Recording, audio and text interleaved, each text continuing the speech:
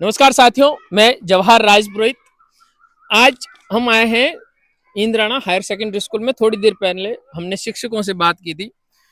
भाई यहाँ पे शिक्षकों की कमी है, इसलिए गांव वाले भी इकट्ठे हुए हैं, बच्चे भी आए हैं। ये सब अपनी डिमांड रख रहे हैं कि यहाँ पे स्कूल के अंदर जो शिक्षक हैं बहुत कम मात्रा में है, लेक्चरर भी नहीं है, सेकंड ग्रेड भी नहीं है, थर्ड ग्रेड भी नहीं है। तो ये कमियां जो है वो हम गांव वालों के आगे रख रहे हैं। गांव वाले आगे प्रशासन के आगे रखेंगे। इसके लिए हम यहाँ सब इकट्ठे हुए हैं और गांव वालों से बात करेंगे। हम आपसे ये कहते हैं कि यहाँ पे जो सब इकट्ठे हुए हैं, शिक्षकों की कमी है। तो ये शिक्षकों की कमी है तो क्या ये गांव वालों को दिखता नहीं क्या अभी कि भाई यहाँ पे बच्चों को पढ़ने के लिए शिक्षक नहीं है, तो उनके लिए कुछ किया जाए? सर, गांव वालों को तो दिखता है, लेकिन जो शिक्षा अधिकारी लगे हुए हैं और हमारे अभी वर्तमान जो एमएलए साहब है, उनको भी दिखता है कि भाई इंद्राणा में क्या क्या कमी है, क्या क्या नहीं है। अब हम बात क्या करें सर, देखो राजनीति तो हम राजनीति की जगह राजनीति नहीं करना चाहेंगे, लेकिन जब बच्चों के भविष्य की बात आती है तब यहाँ पे राजनीति नहीं होनी चाहिए। संस्कृत फैकल्टी का टीचर पिछले 2 साल से हमारा रिक्त पड़ा है। सर, दूसरी जगह आप राजनीति करो, मैं तो एमएलए साहब से भी कहना चाहूंगा, और वर्तमान में जो शिक्षा के अधिकारी हमारे यहाँ लगे हुए हैं उनको भी ये चीज संज्ञान में लेनी पड़ेगी कि भाई हमारी इन लोगों की वजह से हमारे गांव के बच्चों का भविष्य खराब हो रहा है। इस पे जल्दी से जल्दी जो भी शिक्षा अधिकारी लगे हुए हैं वो ध्यान दें, और हमारे जो स्थानीय एमएलए साहब है श्रीमान अमीर सिंह जी, उनसे भी हमारी गुजारिश रहेगी कि आप ये जो विषय है ये आप संज्ञान में ले और हमारे गांव के बच्चों का भविष्य खराब ना हो, ऐसी व्यवस्था करें। सर, क्या बात करें, सेकंड ग्रेड के टीचर हमारे कोई नहीं है, ना फर्स्ट ग्रेड के हैं, पूरे सब्जेक्ट दे रखे। सर, आपको जब आप ऐसी व्यवस्था ही नहीं करनी है तब आप एक काम करिए ना, शिक्षा अधिकारी और हमारे स्थानीय एमएलए साहब, आप यहाँ आके हमारे इंद्राणा गांव में स्कूल के ऊपर लॉक लगा के चले जाइए, हमारे बच्चों से पूछ लीजिए इनका भविष्य क्यों खराब कर रहे हो। सुबह आते हैं घर से स्कूल पढ़ने के लिए आते हैं सर, और यहाँ पे आए तब जब टीचर ही नहीं है तो सर पढ़ाएगा कौन इनको। और मैं सख्त रूप से कहना चाहता हूँ स्थानीय प्रशासन को और यहाँ के आला अधिकारियों को भी, यहाँ तो जल्दी से जल्दी हमारे यहाँ अध्यापकों की व्यवस्था की जाए।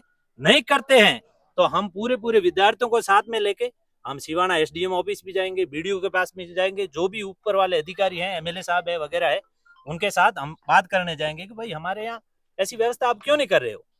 यही कहना चाहता हूँ सर। यहाँ पे आप अभी प्रिंसिपल का पदभार आपके हाथ में है। जी सर। यहाँ पे लेक्चरर कितने हैं, सेकंड ग्रेड कितने हैं और थर्ड ग्रेड कितने हैं, थोड़ा बताएंगे? अभी हाल ही में 2 लेक्चर रहे हैं हाँ। और अभी कुछ दिन पहले ही एक लेक्चर का ट्रांसफर हो गया। उससे कुछ समय पहले हमारे प्रिंसिपल साहब का ट्रांसफर हो गया और इस ट्रांसफर के दौर में सेकंड ग्रेड सारे अध्यापक चले गए, तो काफी। सेकंड ग्रेड में भी कितने हैं? सेकंड ग्रेड में अब एक ही अध्यापक रहे, मैथ्स के वरिष्ठ अध्यापक एक ही रहे, तो काफी शिक्षण व्यवस्था प्रभावित हो रही है हमारी।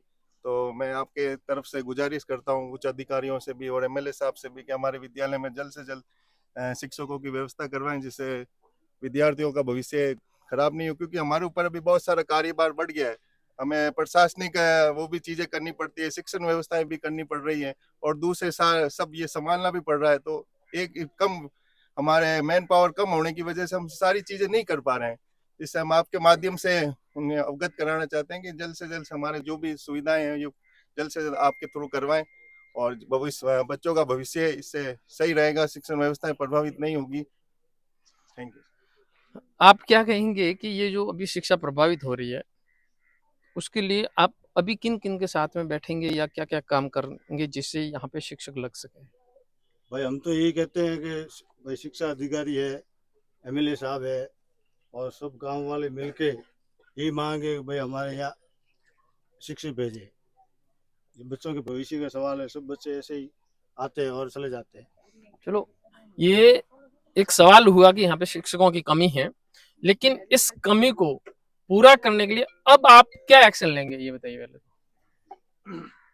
सर, एक्शन तो हम गांव वाले जो भी हम मिल बैठ के देखते हैं 4-5 दिन सरकार का क्या रवैया रहता है। इसमें तो मैं जिम्मेदार सरकार को ही ठहराता हूँ।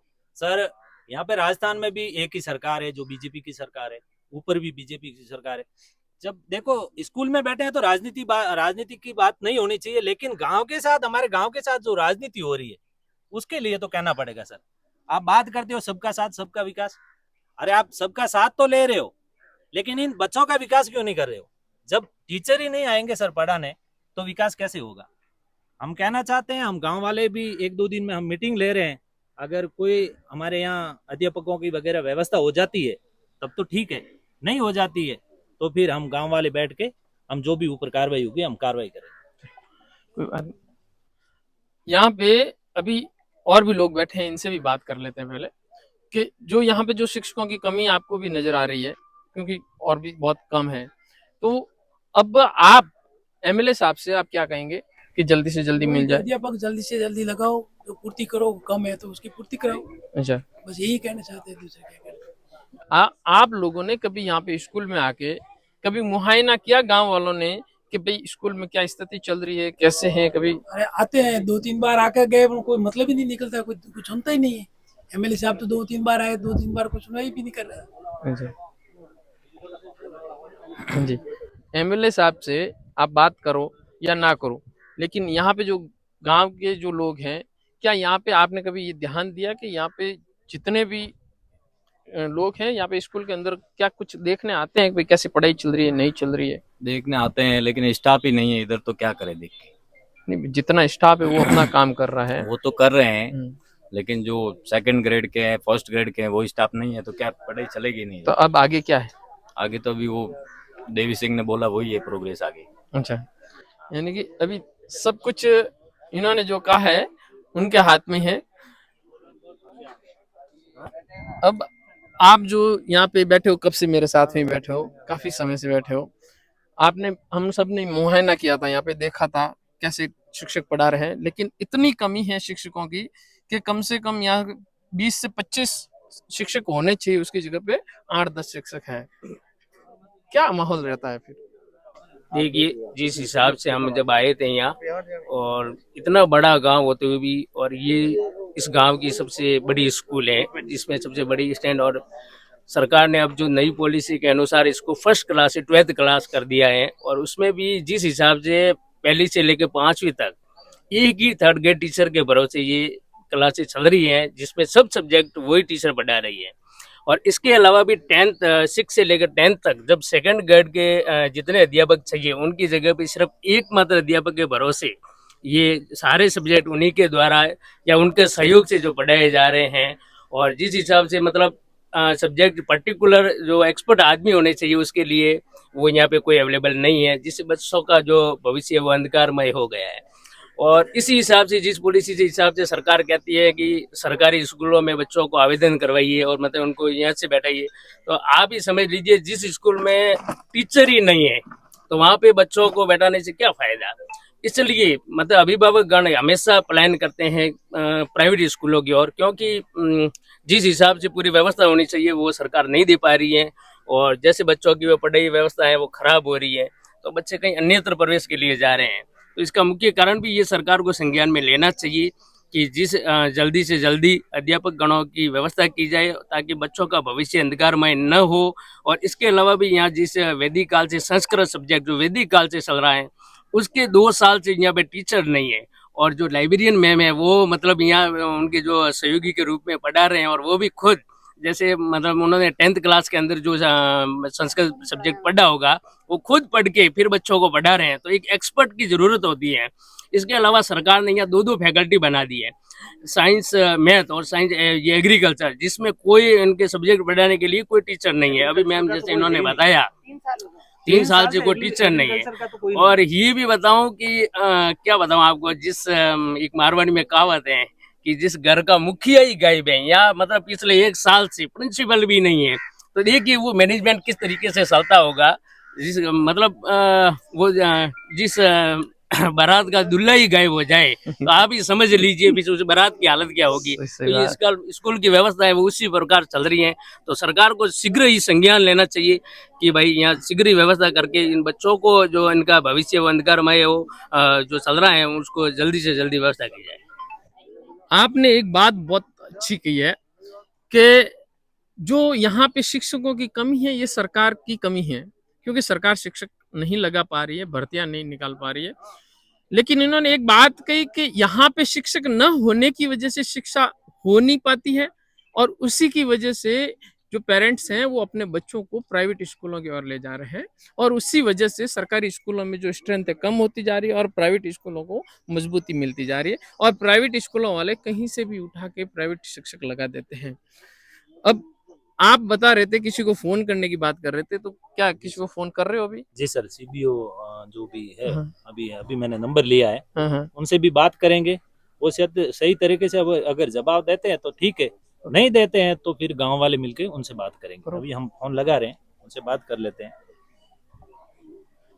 देवी सिंह जी अभी सीबीओ साहब से बात करेंगे।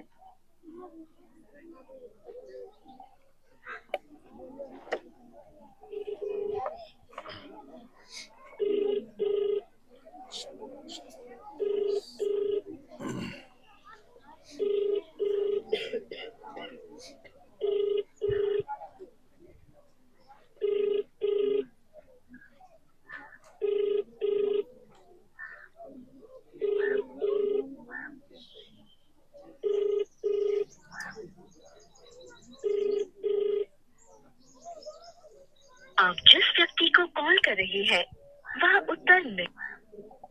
सीबीओ साहब ने तभी कोई फोन उठाया नहीं, बिना फोन उठाए कोई जवाब भी दे तो क्या दे। अब एमएलए साहब से भी आप मिलेंगे? हाँ बिल्कुल। आप कह रहे हैं कि हम सबसे मिलेंगे। मैं बच्चों में से किसी को पूछना चाहूंगा कि आपकी पढ़ाई का क्या हाल हो रहा है, कोई बताएगा? हाँ या ना में दे दो सभी एक साथ में। क्या पढ़ाई हो पा रही है कम शिक्षकों में?